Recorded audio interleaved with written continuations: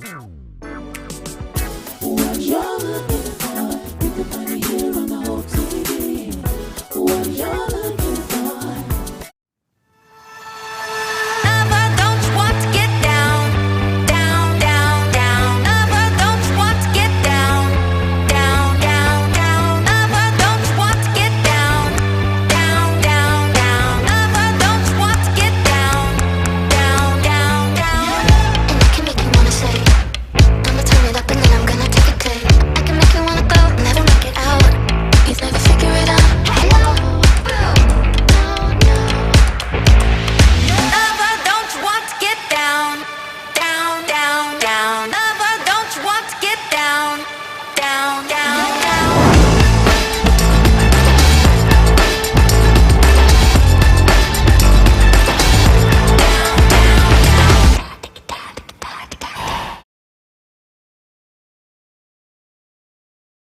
Set I'm free, y'all. Set I'm free, y'all. Set I'm free, y'all. Yes, I am. Set I'm free, y'all. Set I'm free, y'all. Set I'm free, y'all. Ooh. Yes, I am.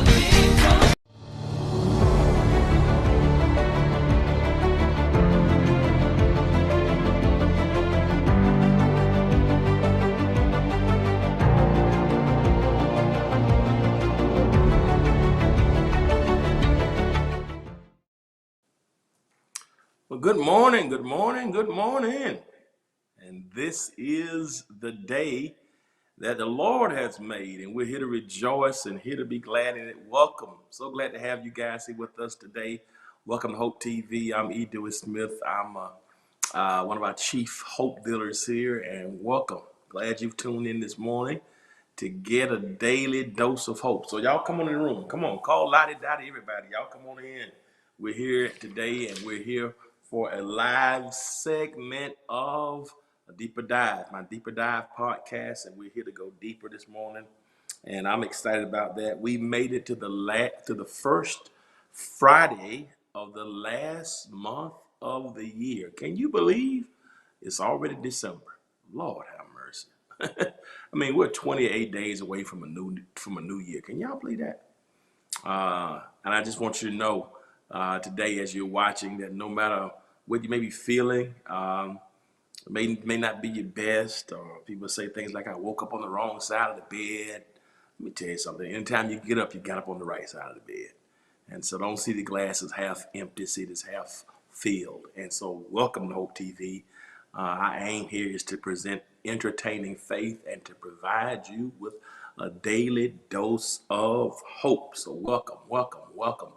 Welcome to everybody. And if you tuned in, drop me a line and let me know the city and the state and the country from which you are viewing. We got Fort Valley, Georgia, checking in this morning for a Deeper Dive. Welcome. Glad to have you, team. Appreciate you.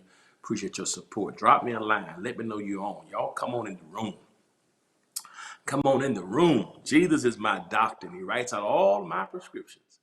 Gives me all my medicine in my room. That's old school there. So y'all come on in the room this morning. And I'm so happy and so privileged and so honored that you're part of our community today. It means the world to me. It really, really does. And I'm excited about it. And I thank God for each of you. And we're excited about this. We had a talk with our executive director today of Hope TV this morning. I was just encouraged.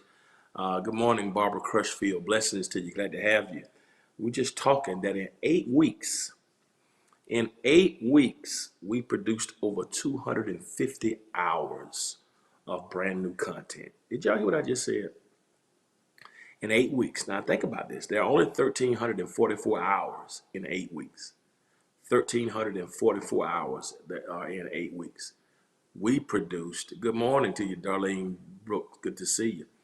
We produced 250 hours of original content in 8 weeks. So out of 1,344 hours, we produced 250 hours of content. That's almost 20%. It's almost 20% Uh, it was yeah, I mean 26. Yeah, so think about that. Almost 20% of the time of 8 weeks we had content. Almost 20%. That's massive. And so I'm excited. So welcome, man. I'm excited about that. And you've been a part of our community. So everybody who's tuned in today, whether it's Apple TV, Roku, one of our fastest growing platforms is called Twitch. Welcome to all our Twitch. Good morning, Charlotte from Ohio. Twitch is growing leap by leaps and bounds. To all the new viewers who've been tuning in through Twitch, welcome. Amazon, Fire TV, welcome. Everybody who's on Facebook, everybody's already checking in from Facebook, from Ohio and Kentucky and Fort Valley, Georgia, welcome. Everybody who's on Facebook, YouTube, of course, our YouTube numbers are growing. Got Tom back with us from Victorville, California. Welcome, Tom. Glad to have you. Welcome back again. I appreciate you and your support and your kind words. So we got Facebook, got YouTube, we have Twitter, Instagram Live, the edewittsmith.org website, and I'm excited about my team that's redoing my website to centralize all of our different moving parts of ministry, House of Hope Atlanta, and also HTV Now, thehopetv.com, which is Hope TV. You can go to Hope TV at any time, thehopetv.com, and stream all of our platforms. So if you're on Facebook and your Facebook is acting up, or the Twitter or one of the other digital platforms is not properly functioning, you can just go to thehopetv.com. So we talk about, we've been talking about whether or not to have it in different places, but you never know. Sometimes these platforms shut down, so we have multiple ways. We believe in redundancy. That's a big thing that we use around our ministry. My team hears that word all the time. They get tired of me talking about that. I talk about God, I talk about margin, and I talk about redundancy. Because if you got God, margin, and redundancy, it saves you a whole lot of headaches. So good morning to you, Sean Addison, and good morning to you, Geneva Stirrup from Central Florida. I hope the weather is nicer down there in Florida. It's been chilly here in Georgia for the past couple of weeks. So welcome, everybody. I'm so excited to everybody who's tuned in. I'm thankful for all of you. I'm really excited about Deeper Dive today. I got a real good lesson today. We haven't been here a couple of weeks, but I'm excited. Good morning to you, Vita Brooks. Glad to have you. Motivational Ministry of Love. You're exactly right. And I say, our team says all the time, when we have not been able to meet with our people, this is our way of showing our love, trying to have content every day to keep people inspired and keep people motivated. I need you to do me a favor. While you're watching, if you're watching through a platform that will allow you to subscribe, to like, to comment, or to share, why don't you be so kind to do that? I mean, every time you subscribe, that helps us to leverage our platform. As I shared with you earlier, my director told me this morning, Brother Benton, that we have produced that out of 8 weeks, that's 1,344 hours. Past 8 weeks, we've created 250 hours of content. Well, our goal is out of 1,344 hours, we want to be able to have content that's 1,344 hours. We want to be a 24-hour network where people can tune in to get entertaining faith and to get a daily dose of hope. And by having a base and followers and subscribers, that helps us to bring other content creators on who deem our platform credible and deem us as worthy of partnership. We want to bring the best and the brightest that ministers to all segments, that speaks to all of our people, no matter about your denominational affiliation, your race, your region, or your tribe. We want to have powerful content that's holistic, that empowers people spiritually, mentally, emotionally, and physically. Just the practical things of life. You can laugh a little bit, mental health, cooking, shows for children, youth, senior adults, men, women, sports, news, entertainment, worship. We just want to have a programming that covers the entire gamut.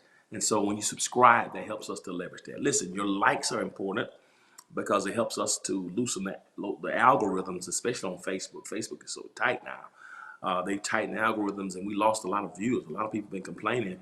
They made some changes for whatever reason, and so a lot of places it doesn't get to for some reason. So your likes help to loosen that algorithm so we can get into more homes, and to more people to know about what we're doing. Your comments are so important. Your comments are so important to help us with our algorithms and our engagements. When you give questions, we go back and put those questions for a later date for future programming. And then when we do live sessions like this, that's right, Tasha. Thank you. We do live sessions like this. It's very helpful because it lets me know if I'm being clear, if something needs to be clarified, and it also sometimes you give so much value, and some of your comments are so powerful that you help me to deliver the message, or get a point across. So the comments are important. And last but certainly not least, that share button. Do you know how powerful that share button is? Every time you hit that share button, you really empower us and propel us to the ability to reach people from a massive way. When you tell people about the Hope TV, when you tell them to go and look at the TV guide on Hope TV to see all the programming there, you help us to get the word out. We started this platform in March of 2020. I had the vision on a Sunday, the 15th of March. I shared it with our team on March 16th, which was I got the vision on Sunday the 15th, shared it with team on March the 16th. That Thursday, we had our first program. That's how fast we were moving, baby. First program was called Pastoring the Pandemic with my good friend, one of my best friends in the whole world, Bishop Sam Blakes. And so March 19th of last year was our first broadcast with Bishop Blakes. And here we are, December 3rd, 2021. It's still going strong. And already we're making plans for season 6. And it's going to be supercalifragilisticexpialidocious. So I am excited, to say the least. And so share that button to let everybody know there's something new and fresh and novel. You won't see this in many places. You won't see even Facebook and all those people say we haven't seen anybody utilize it like this. God does all things well. And I'm excited about that. So subscribe, like, comment, and share. Today is special. Our last month of the year and the first Friday of the year. And I haven't been with you on Deeper Dive as consistent as the past couple of weeks because of travel schedule and I don't want to pre-record these. I want to do these live. But I'm glad you all here today. I'm glad you are all here today. Between funerals and travel schedules, it's been kind of hard on Friday. And I don't want to pre-record these. I want to make sure that I'm here so we can answer the questions. And so it's December 3rd, and I'm glad to be here live. So y'all tell everybody come in the room, come in the room, come in the room, come in the room. I'm also excited, family, because guess what happened on December 3rd at midnight? As some of you who've been following know, we have launched our record label, and I have been pursuing my lifelong dream of releasing music. I've written so many songs I forgot about them. Lord have mercy. I've forgotten about the songs that I probably won't live long enough to record. But remember, when I tell you I can write a song, as quick as you could. I've forgotten probably as many songs as I live to write. Probably over the past 30, 40 years. And but writing them for what? But now I am pursuing that dream, and something that my mother encouraged me to do and always thought I should do and wanted me to do, but I was focused on ministry, listening to the wrong people. That's why you better listen to your mama. Your mama always knows best. Mama knows best, especially if you got a good one. But anyway, my mother's with the Lord now, but I decided to pursue this lifelong dream and write some music. And fam, I've got a new Christmas project. Man, can y'all believe I just started releasing music in March and now I got 2 albums? Well, we call them albums. They call them EPs now. And it came out this morning. Woo-hoo-hoo, at midnight. Man, at 12:01, my EP dropped. It's called Let Praises Ring. I've listened and I receive it, Charlotte Wade. I receive it. And so think about this. So while my first album that I just dropped in October, it's been the #1 album on the chart.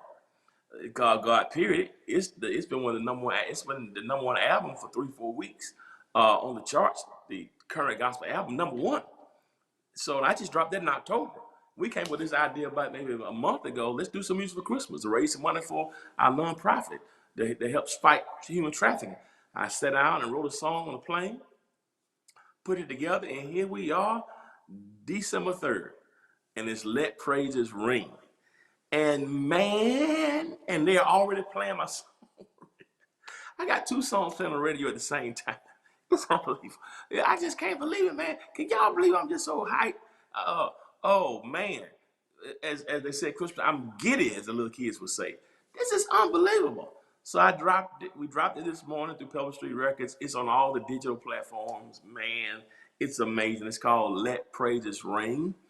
And it's available everywhere. And I received that. And so this morning, it's the craziest thing. One radio station played Your Presence is a Gift off the God Period album, which is number 19 on Billboard this week. You heard me right.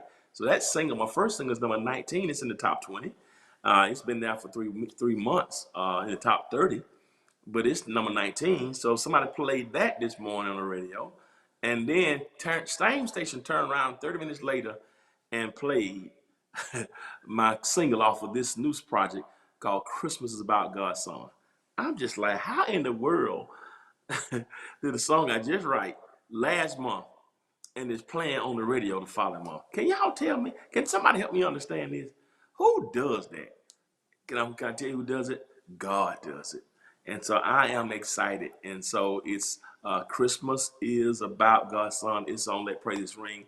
So I need y'all to go ahead and order this. If you download your music, I need y'all to get it today. If you're on Apple Music, iTunes, Spotify, Tidal, how you do your digital music. If you do digital music, I need y'all to go and get it. I don't want you to just to download or stream it. I want you to buy it. I need you to buy this pie. I need you to buy it.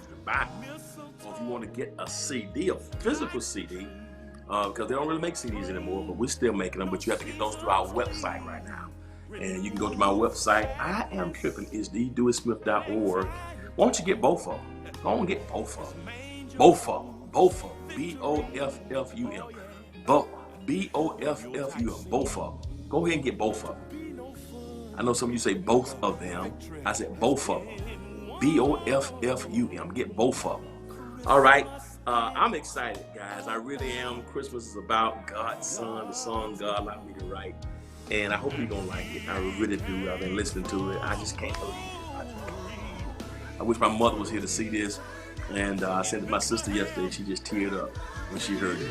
When I sent it to her the other day, she teared up. So y'all check it out. Let me know what you think about it. Let Praises Ring. I need y'all to buy it. And I agree with Charlotte. I believe by faith that when the charts come out the week after next, whenever this chart comes out, I'm gonna be number one. I'm gonna have the top. I want this to be the number one album too. I want it to be the number one album, number one current gospel album. This I do. I want it to be the number one. I want this to be number two, number 1, 2. Then they have a Christmas chart that plays Christmas music. I want this to be on the Christmas chart too. Why not? Because the lesson is, if God gives you a dream, I don't care how old you are, pursue that dream. I don't care how old you are. If God gives you a dream, if that dream is to write a book, if the dream is to write a book, write it. If it's a song, you sing it. If it's a degree, you pursue it. If it's a business, you start it. Oh God! If it's a relationship, receive it. Man, I don't care how long it's taken. Dream deferred is not necessarily, and delayed is not dream denied. So you pursue it. It's taken me 35 years to get to this point. And I'm thankful for your support. So y'all get it, Let Praises Ring. All the proceeds from Let Praises Ring will go to our Tabitha's house. We have two residences that house young girls ages 11 through 16 who've been victimized by human trafficking. And so we do annual fundraisers to raise money because it's very costly to do this. We have 2 houses where they live. And we've been doing this for several years, and we have not been able to do our fundraisers due to COVID in 2020 and 21. So God gave me this idea. When we do this, I can create some music, and also, so we can buy music and support it. So I'm doing what I love, creating music, You know, I'm not looking to make any money off of it because I just want to get the message out there. So we can do that, and you also can support Tabitha's House and get a good message about Christ out there. So I could launch my dream of playwriting this month. That's good, Shanice. Do it. That's what I'm talking about, doggone it. Do the doggone thing. Surround yourself with good people. Get you somebody to be honest with you and help you develop that thing. Ask God to send you a team. That's all I needed the whole time, timing and a team. And I got the right timing and the right team. So you can buy Let Praises Ring. You also can donate to it. And call your radio stations and ask them to play Let Praises Ring. They add some new Christmas music. Tell me, hey, Edward Smith got a new project out for Christmas. Let Praises Ring. So I'm gonna play that, and then when Christmas is over, go back playing God, Your Presence Again. Matter of fact, play both of them. Both of them. BOFFUM. I'm gonna play a little bit of. I'm gonna play a little bit at the end before we go out because it's gonna make with the lesson. Hope my team can find that. I'm gonna play a little bit for I'm gonna play a little bit for you at the end of this deeper dive. But as y'all can tell, I'm so excited. I can hardly contain it. It looks like other song. I'm so excited. I don't know who that was. Donald Summer. Who that was? Anyway, that's how I feel right now. So y'all order and y'all pray for me, and because we don't have but a few weeks to play this, because Christmas is 4 weeks away. So y'all call your radio stations and tell them play Let Praises Ring. I got a little sermon on there. We got a prayer on there, and I did 2 covers of some Christmas. So I think you're gonna really be blessed by it. It's gonna get you in the Christmas spirit. You know, when you're decorating the house or when you're shopping, putting your headphones and fill your home and fill your automobile with some Christmas cheer. I even got a story that you can play for your kids and your grandkids. So I'm excited about it. So thank y'all so much. Thank you so much. I'm excited. I'm Sherman. I feel like Mama Clump. Yes, I am. I'm excited. Boy, Let Praises Ring. So y'all go get it. And the single on there is called Christmas is About God's Summer. All right. Let me get to our deeper dive today. We're still dealing with theology. The last time we talked about proofs for the existence of God. We're talking about the theology of God. And today I'm gonna thank you so much, Tina. I'm so excited. He does all things well, and I just want you to know God has so much in store for you. If you only knew. That's why you've been. That's why. Let me. I want to start preaching. That's why you've been attacked like you've been attacked. That's why the impatience comes. That's why the discouragement comes, because even the enemy knows just how great and how powerful the things are that God has already fixed for you. Oh my goodness! If you could only see it, it's above and beyond anything that you can ask or imagine, and that's why you got to hang on in there. Because if God said it, God will bring it to pass. And I want to encourage somebody, and that's really what this is about for me. Even my musical journey. I want people to know that if God gave it to you, don't let people label you. Listen, boxes are for things and not people. Stop letting people label and limit you based upon their expectations or their estimation of you. You're bigger than their opinions. You're bigger than their estimations. Oh, God, listen to me in the name of Jesus. I don't care who you are. God has great things for you. He can put your name in places you never imagined. As a matter of fact, God right now has somebody calling your name in a room that you have not yet entered in. And all you got to do is be ready to walk in it. But you got to pursue that dream. You never could have told me this time last year that I'll have 2 albums out in less than 2 months. You never could have. I released one October 15th and today December 3rd. You never could have told me this would happen a year ago. You couldn't have told me this would happen 3 months ago. You could have told me this would happen 2 months ago. That I have 2 different songs playing on the radio in the span of 2. Never could have told me that would happen. Never could have told me. Never imagined that. And you never could have told me God would have given me a song on an airplane. And go off the airplane and go to the studio and record. You never could have told me that. But I'm telling you, that's the kind of God we serve. So you follow God and you keep God first, because God is our all and our all. And if he gives you that dream, If you put something in your spirit, you go for it with the tenacity of a pit bull. And you lock on that thing and trust God that He's going to bring it to pass. All right, let me move on. Now, I don't know who that's for. Praise God. But he that hath an ear, hear what the Spirit is saying. Listen, I'm excited today. I've been focusing on God the last couple of years.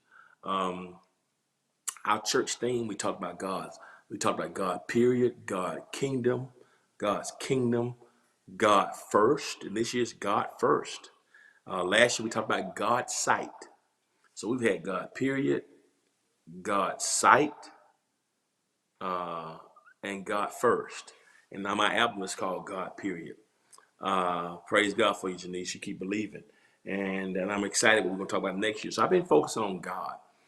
When my mother passed away, and my sister, and my best friend from college, and my godmother all in a month, it broke me down so much that I had to reconnect with God. And so my focus, I've been trying to focus on God, not myself, not self-improvement or self-help. And so I've just been preaching about God. And a lot of things we talk about may not be exciting, but I think we make God the audience of one. And so I've been dealing with the proofs of the existence of God a couple weeks ago for deeper dive. Today we're keeping the same conversation. We're talking about the theology of God. But in keeping with the season, I want to talk about something because here's what got my attention. When I was writing this song in the studio, I was having some conversation with some of the people in the studio, and I realized how much sometimes our songs don't teach. Sometimes our songs make people feel, but how often do we learn through music? When I was in seminary, one of my professors, her name was Dr. Melva Costin. She taught me worship, and I never shall forget. This was in 1993 when I was in her class on Christian worship, and she made a point about theology and African Americans. She made a point that I think it was over 70%, I think it was 78%. Listen carefully. Over 78% of the theology of African American people is derived from music. Did you hear what I just said? Melvin Costin said over 70% of the theology of African American people is derived from music. Theology is the study of God. So what that meant is, in effect, is we historically have learned more about God from music than we might learn about God from ministry or the word. Our music shapes our theology about God. But yet, she said, over 80% of the people who create music don't study or read the word. So what happens as a consequence is our theology is shaped by people who don't study themselves. And that's why I love the hymns so much, the richness and the theology of those songs, not just the beautiful lyrics and the chord structure, but the essence and the substance and the message of the songs. And so what happens as a consequence, a lot of what we hear musically may not even be an accurate presentation of what the scriptures teach about God. So if the writer of the song has bad theology, if the writer has bad theology, then the song is going to have bad theology. And so our theology can often be bad because the source of it was bad. If the source is bad theologically, then of course the root and the fruit is going to be bad. And so I was thinking about that when I was in the studio recording this song. And one of the things that we don't talk a lot about God and about Christmas, that's right, Tina, is this whole idea about God. Today I want to talk about, and it's just apropos with the song and with the season. We're talking today, I want to talk to y'all for deeper dive today from this thought. Incarnation and Emmanuel. We're dealing with the theology of God. We're dealing with incarnation. Incarnation. It's funny. I chuckle because when I mentioned that word incarnation as a boy, and through time, there are several other words that make me think of this word. One is carnation. My grandmother, she's with the Lord now, bless her heart. She used to buy carnation milk and would try to get us to eat cereal with carnation milk. If anybody knows anybody about, or anybody who tried to eat cereal, I don't know, do they still make carnation milk? That was the most disgusting cereal. But that's your grandma. You can't tell your grandma this is disgusting. I thought about carnation milk. I don't know if have y'all ever had carnation milk with cereal, with cornflakes? It is absolutely disgusting. And my grandmother's with the Lord now, and I hope the Lord tells her that the Lord rebukes her for the terror of trying to make us eat Fruit Loops with carnation milk. So I thought about carnation milk, and the other word that comes to mind that's probably more common than this word is this word reincarnation. More people probably have heard the word reincarnation than they have the word incarnation. Reincarnation is Hindu, maybe probably more Hindu in origin, but it carries the idea of they do oh Lord, Adrian. So I know you understand. Maybe that's why we didn't get sick, because that's another story. But anyway, your grandma did the same thing. But reincarnation carries the idea of when you die in one form, you come back in a lesser form. That's basically just a reincarnation. And many people believe it, to die in one form and come back in a lesser form. So say for instance, many people believe that. So if you die as an elephant, you come back as a gazelle. If you die as a gazelle, you come back as a deer. You're exactly right. That's exactly what it was, Janice. That they made do what they had. It still was disgusting once you had it, but you're exactly right. They made use of what they had. So reincarnation. So if I die as an elephant, I come back as a gazelle. If I die as a gazelle, come back as a doe or a deer. If I die as a deer, if a deer dies, come back as a dog. If a dog dies, come back as a cat, and that's 9 lives. So to die in one form and come back in a lesser form. And this is the reason why in some societies, some ancient societies, even to today, they may not eat a cow, because that cow may be deemed as sacred. And it's like, I can't eat the cow because I'm eating, if I die as a human, I come back as a cow. Well, I can't eat the cow because that could be Uncle Charlie. Or that could be Auntie Jessica. So, and that's reincarnation, to die in one form and come back in a lesser form. So the process of life continues. All life is sacred. It's kind of pantheistic in some ways, that God is in everything. But to die in one form and come back in lesser form. We don't believe that necessarily, that as Christians. We believe we die, we want to be the Lord. But this is a theological belief that some have.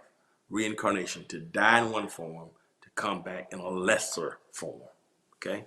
And that process continues. Process of life, die, keep coming back in a lesser form. It's funny sometimes when I've seen, even with little kids, how we say things. Like I've heard people say, you heard this about you see a little child that's very grown. They said that child ain't like that child ain't like my auntie Louise. Oh, they've been here before. You've heard that before? They've been here before. It's kind of, it reminds you something, a level of maturity. So not the same thing, but some of those semblances and similarities that the spirit repeats itself in somebody else. So that's kind of what Hinduism or reincarnation, to die in one form and come back in a lesser form. All right, that's reincarnation. But today I don't want to talk about carnation milk or reincarnation. Today I want to talk about incarnation, because incarnation is a very important concept to our faith and also to the Christmas narrative. I want to talk. I want to get with this theology. It was a early church father's name was Tertullian. So we're talking about the theology of incarnation today. But there's a guy whose name is Tertullian, and Tertullian is a church father who's also was African, along with Augustine, the Archbishop of Hippo, and so many others. But there are several, Tertullian. That's a name I want you to add to your vocabulary, Tertullian. Very important. Some of the doctrines that we hold true to our faith. He was a patristic church father and scholar, and an African scholar. You've seen it before yourself. And so that's Tertullian. And so he has this whole, I want to kind of deal with what he taught, today we're going to deal with his perspective on incarnation. Incarnation. Now, what I want to do before I get started, I want to give you 3 quick scriptures that deal with incarnation. And then I'm going to share with you what Tertullian's estimation of incarnation. Now, this is not carnation. This is not reincarnation. We're talking about incarnation. Incarnation. And what Tertullian said about it. There are 3 quick passages that many of us who've been in church for a while may have some familiarity with, but they kind of encapsulate, you got it. You got it. Let's spell it patristic. That's P-A-T. You got it right there. Just change that. You always on it. You always be on it, Tina. Just move that P, that E-S, and put that, and move the E-S and add A, and you have it. A patristic. That meant that's an early church father. That's probably the patristic period is probably the 3rd, 4th century A.D. It's from that period, a patristic period. So it's P-A, patristic, patristic. So move that P, move that E-S and add the A. So P-A-T-R, patristic period. So patristic church father. So you get a chance to, and it's also a form of Greek too. Patristic is a form of Greek. Yeah, Koine, patristic, and classical Greek. So that's the language the church father spoke, patristic Greek. Tertullian is one. But let me give you all these 3 scriptures right quick that all kind of encapsulate incarnation. Now, this is what Isaiah said. So the master, this is how the Message Bible puts it. And so the master is going to give you a sign anyway. King James said, this shall be a sign unto you. Watch for this. A girl who is presently a virgin will get pregnant. She'll bear a son and name him Emmanuel. King James put it this way: a virgin shall conceive. Now that passage is loaded. I don't have time to unpack it, because some say he was talking about somebody, a military leader at that time. Others that it was talking about that, but also a reference to Mary.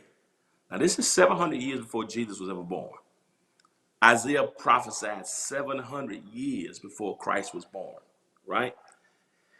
King James says a virgin shall conceive, all right? And a virgin shall conceive, and she'll bear a son and name him, here it is, Emmanuel, God with us. Emmanuel, God with us. A virgin shall conceive and bear a son and shall name him Emmanuel. All right? Let me give you another one. Praise God, Janice. Here's another one I'm going to give you from Matthew chapter 1. Are y'all with me? Let's go to Matthew chapter 1 right quick. I'm going to give you another one. I'm using the Message translation today. Here's another one. Matthew chapter 1. Here's another one. Look what it says. This would be the prophet's embryonic sermon full term. Watch for this. A virgin will get pregnant and bear a son. They will call his name what? Emmanuel. They will call his name Emmanuel. Hebrew for what? God is with us. Y'all see that? Y'all see that? God with us. Y'all see it? God with us. God with us. I want y'all to make sure y'all got that. All right? God with us. They will call him Emmanuel. I'm going to give you one more right quick. This is John 1:14. And I'm going to put it all together because these are all really incarnation passages. The word became flesh and moved into the neighborhood. Lord have mercy. Woo! That'll preach by itself.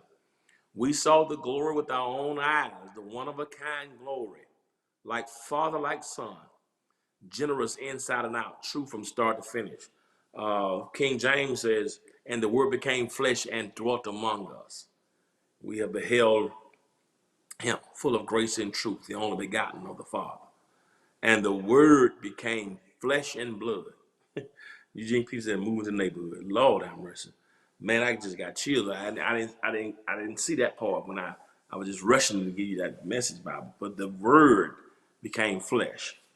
So let me put it together for you. Reincarnation, to die in one form and come back in a lesser form. Well, what is incarnation? Incarnation is the idea of God coming to earth in flesh. God coming in flesh, which is really what Christmas is about. That's why it's called Christ Mass. Christ Mass. Christ Mass. Christ Mass. Christ Christmas. Christ masked in flesh. Christ Mass. Christ Mass. Christmas is about incarnation. Emmanuel. God, who's in spirit, being with us. Right? God being with us. Christmas. Christmas. God being with us. Emmanuel. Emmanuel. El, when you meet in Hebrew, whenever you see El means God in Hebrew. Like you got El Shaddai, El Elyon, El Shaddai, El Elyon. I go on and on. Emmanuel, Michel, those Michel. And I can go on and on about just Bethel, right? El. So Emmanuel is immanent God. God being immanent. God being Emmanuel. God being immanent. God being among. So the angel said, you're gonna call him Emmanuel. God's gonna be immanent. God is gonna be among us. That's the gist of incarnation. Incarnation was God being amongst us and the word becoming flesh. That's what incarnation is. I'm going to give you three things about it, and then I'm going to go a little heavy with y'all and let y'all go. Because that's what this season is about. Incarnation. I want you to get that word. Incarnation. Every believer needs to know what that word is. We're going to deeper dive. Incarnation. God, Emmanuel. God being amongst us. All right? Now, so incarnation, number one, is prophetic. It is a prophetic word. That's the first thing I want to tell you about it. It was prophetic. It was prophetic because that's what Isaiah spoke of. It's prophetic. Isaiah spoke of it. Isaiah says, and I read that to you earlier, for unto us a child is born, a son is given. Okay? His name shall be called Wonderful Counselor. He said, I'm sorry, that's Isaiah 9:6. This is Isaiah 7:14. A girl who is pregnant will get pregnant and will bear a son and call his name Emmanuel. What we believe here is that this is the same passage that was used in Matthew chapter 1. That's why I gave you both of these. Isaiah prophesied, now please get this, 700 years before Jesus was born. He's prophesying about what was going to happen. That a virgin was going to conceive and have a child, a son, and name him Emmanuel. Now in Matthew chapter 1, verse 23, I gave you that scripture too. What the angel says is, this is the fulfillment of that promise. Look at Matthew. This is going to be a sign to you. Watch for this sign. A virgin will get pregnant and bear a son. They will call his name Emmanuel, Hebrew for God with us. What he's saying, what the angel is saying here is, this is the fulfillment of that prophecy that Isaiah made in Isaiah 7:14. Matthew 1:20 through 23 is the fulfillment of that prophecy. Isaiah prophesied it in Isaiah 7:14. The angel Gabriel says, this is the fulfillment. So over 700 years before the birth of Jesus, Isaiah prophesied about it. Have mercy. He prophesied about it. He was coming. That a virgin was going to conceive and is going to have a son and is going to call him Emmanuel. That's when God came with us. That's incarnation. It's prophetic. Now, point 2 right quick. That's the prophetic, but it's also problematic. It's problematic because Tertullian made this point. It's a great point. Incarnation, is it two beings in one person? And that's heavy. So I'm gonna go a little deep. I need y'all to stay with me. So God with us. So that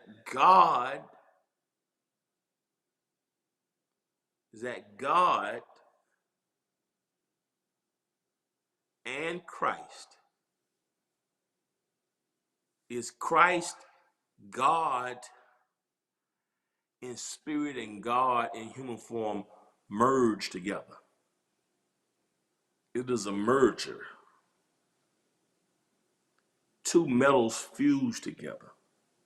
I need y'all to stay with me.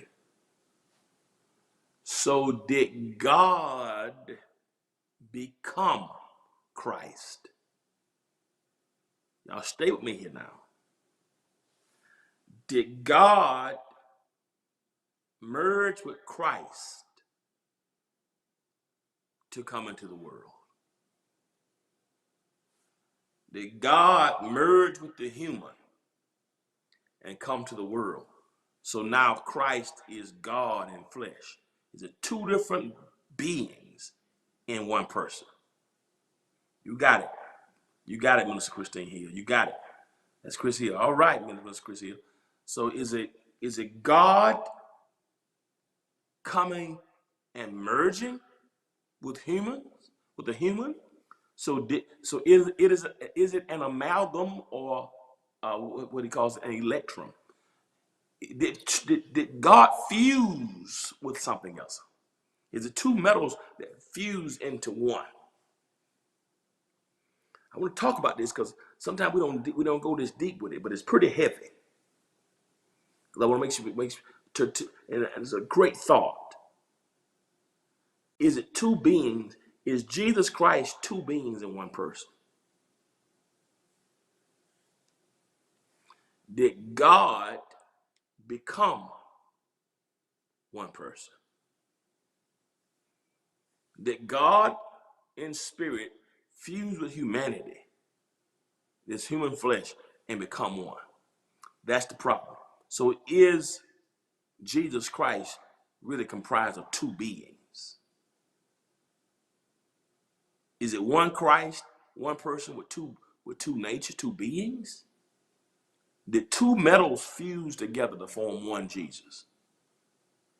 Did God fuse with flesh?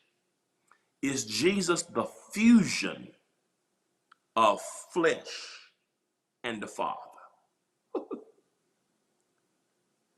So is Jesus a fusion of flesh and the Father? Here's the problem with that. I hope y'all on the line.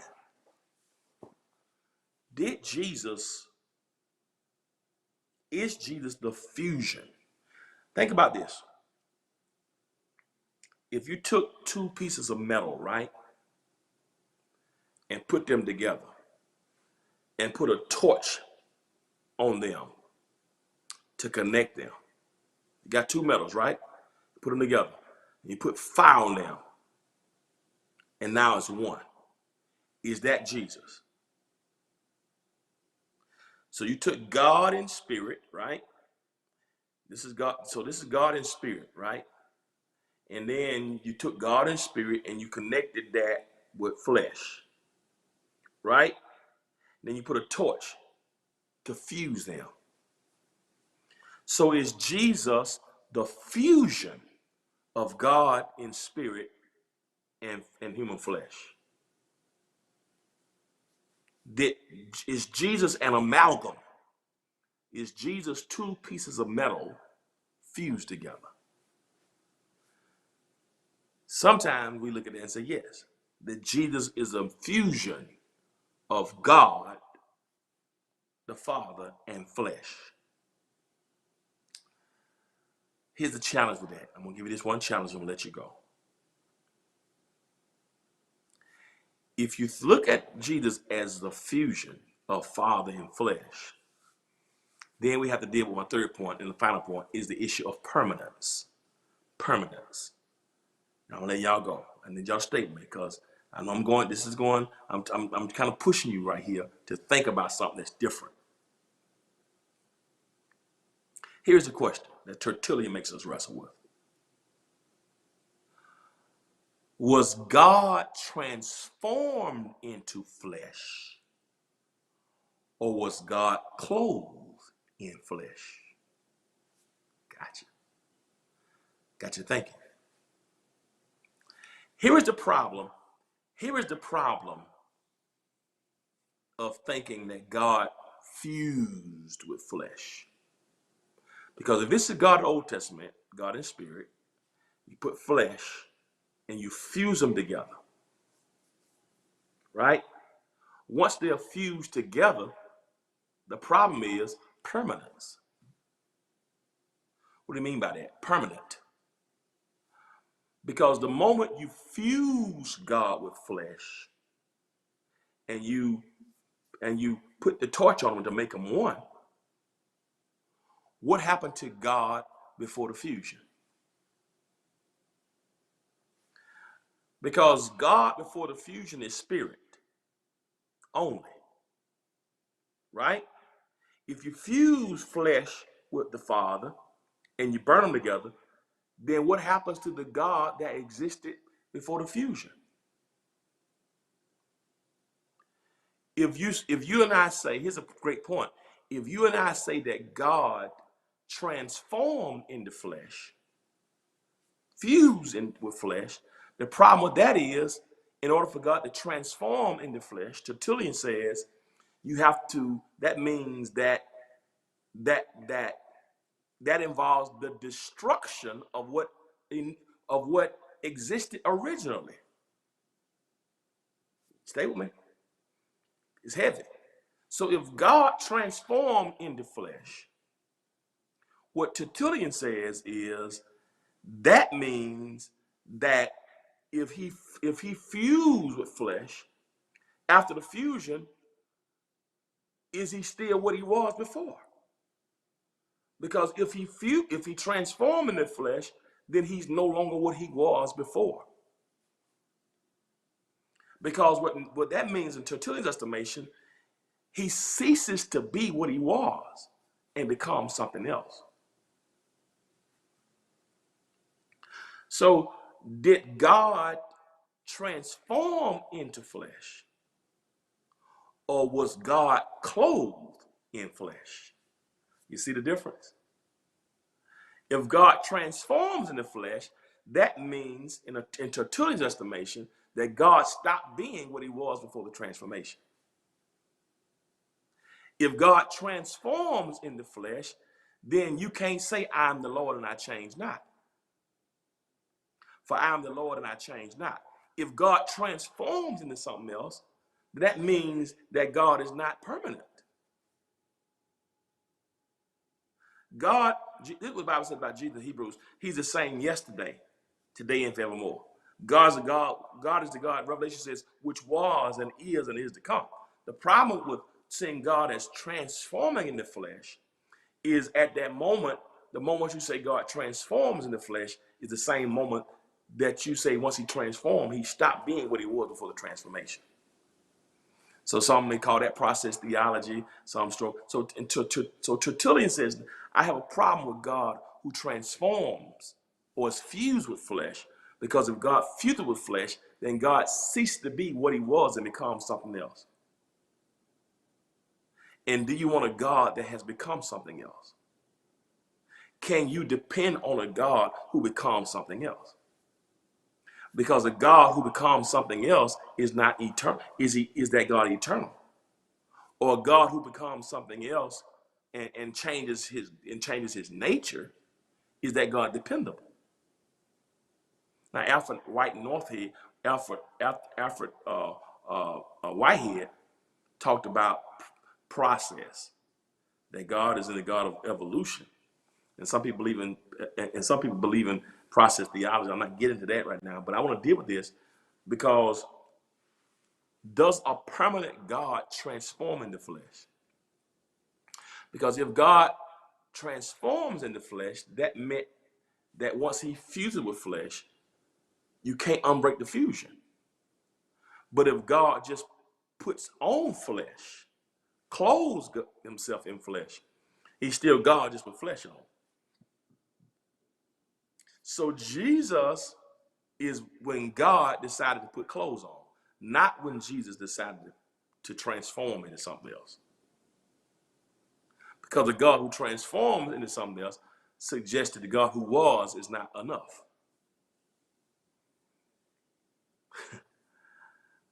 Y'all with me? Transformation. In other words, here's what happens.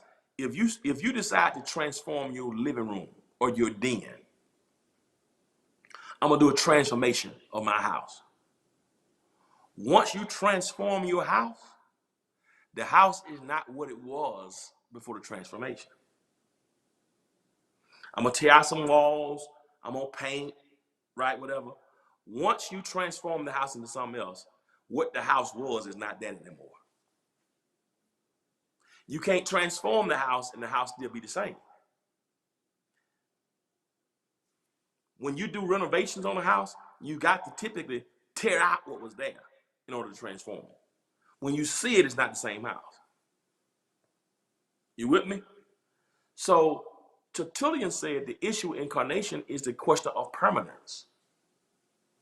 If God transforms in the flesh, then for him that meant that involved the destruction of what was prior to the transformation.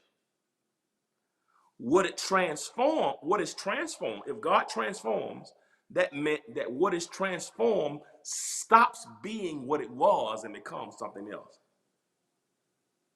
So when Jesus came to earth, that does not mean that God stopped being what God was. Jesus becoming incarnate does not change who God was before the incarnation. So Tertullian says that God does not transform in the flesh. Because if God transforms in the flesh, that meant that God had to be deconstructed. And what was there originally no longer exists. So in Tertullian's estimation, Jesus is not God that was transformed or God that was fused. For Tertullian, Jesus was God putting clothes on, not transforming into anything else, just came to earth with clothes on. And while he came to earth, so God could put clothes on to come to earth, but still be who he was before he put the clothes on. Makes sense? Do you get that? So incarnation involves God not fusing with flesh, because that would have meant, in Tertullian's estimation, that if God fused with flesh, then God would have stopped being what he was before the fusion. Tertullian said, no, God was not fused with flesh, because that meant that what had been couldn't be anymore. Because you can't fuse them, then unfuse them. If you put the metal together and you put the torch to them, they one now. So what you're gonna do is put them together, and then once he dies, no. So Tertullian said, now God didn't transform in the flesh, because if God transforms in the flesh, then God ceased to be what he was and becomes something else. So in Jesus Christ, it was not God becoming something else. For Tertullian, when Jesus Christ came to earth, he was still God in the beginning. So he maintains who he was before the incarnation, but puts on flesh to come as a redeemer. But coming as a redeemer does not stop him from being the creator. Does that make sense to you? So incarnation does not stop God's permanence. God, he said in Malachi 3:6, for I am the Lord and I change not. So if he fuses with flesh, he changes. God doesn't change. That's what Tertullian says. So incarnation, God coming to earth. It's pretty. I like this. It's pretty thoughtful in it. Makes sense. So God didn't transform in the flesh, according to Tertullian. God just put clothes on. That way, by putting clothes on, he still can be what he was before he put the clothes on. So when God put clothes on to come to earth as Jesus, it didn't stop him from being God without clothes. God didn't transform in the flesh, according to Tertullian. God just put clothes on. And that's why he's called the incarnate one. Emmanuel, God with us. God came to earth with clothes on. But by coming to earth with clothes on, he didn't transform into something else. He maintains who he was before he put the clothes on. Y'all got that? I hope it makes sense to you. I want to play a little bit of this song because this was a discussion when I wrote the song. People asking me about now. I'm gonna just play the first verse for you because I want you to hear it, because I want you to hear the reference I made to incarnation. Because why did I do that? Because I want you to hear the theology. When I wrote this song, I was like I want theology to be in this song. I want people to hear a term or a term that, wait a minute, we don't use these terms in music. I want people to hear that. When people hear this song, I want them to say, okay, what does that mean? I want them to think about that and get theology as they listen to them. Don't just enjoy the song and it sounds good, but to learn while we're listening. Does that make sense? I hope that makes sense. Incarnate. Thank you, Sean. Can y'all play that song for me? A little bit of that song for me. This is the song I just wrote. Y'all want to play a minute or so of it?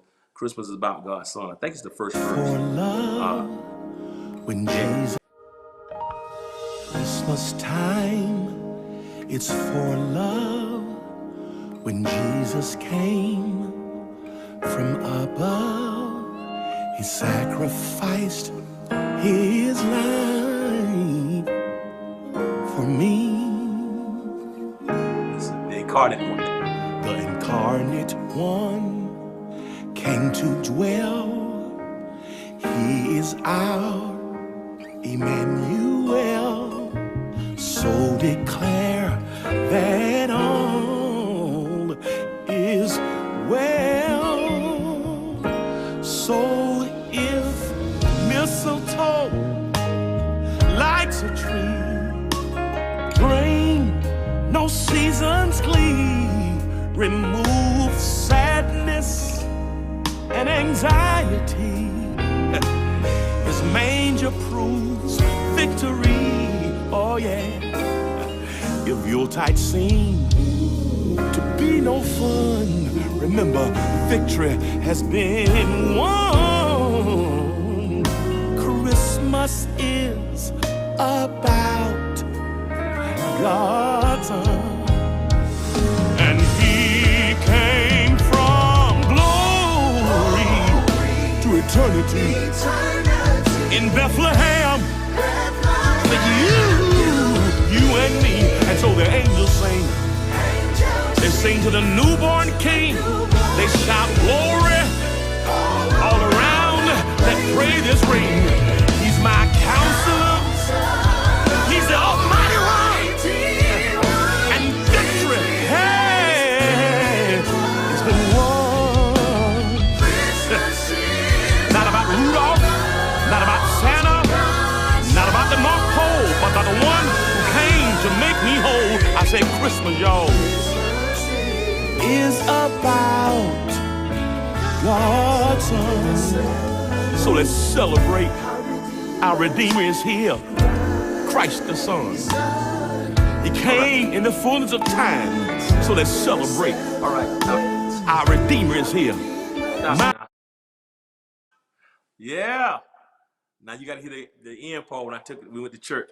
But you're right, Tasha. The manger proves.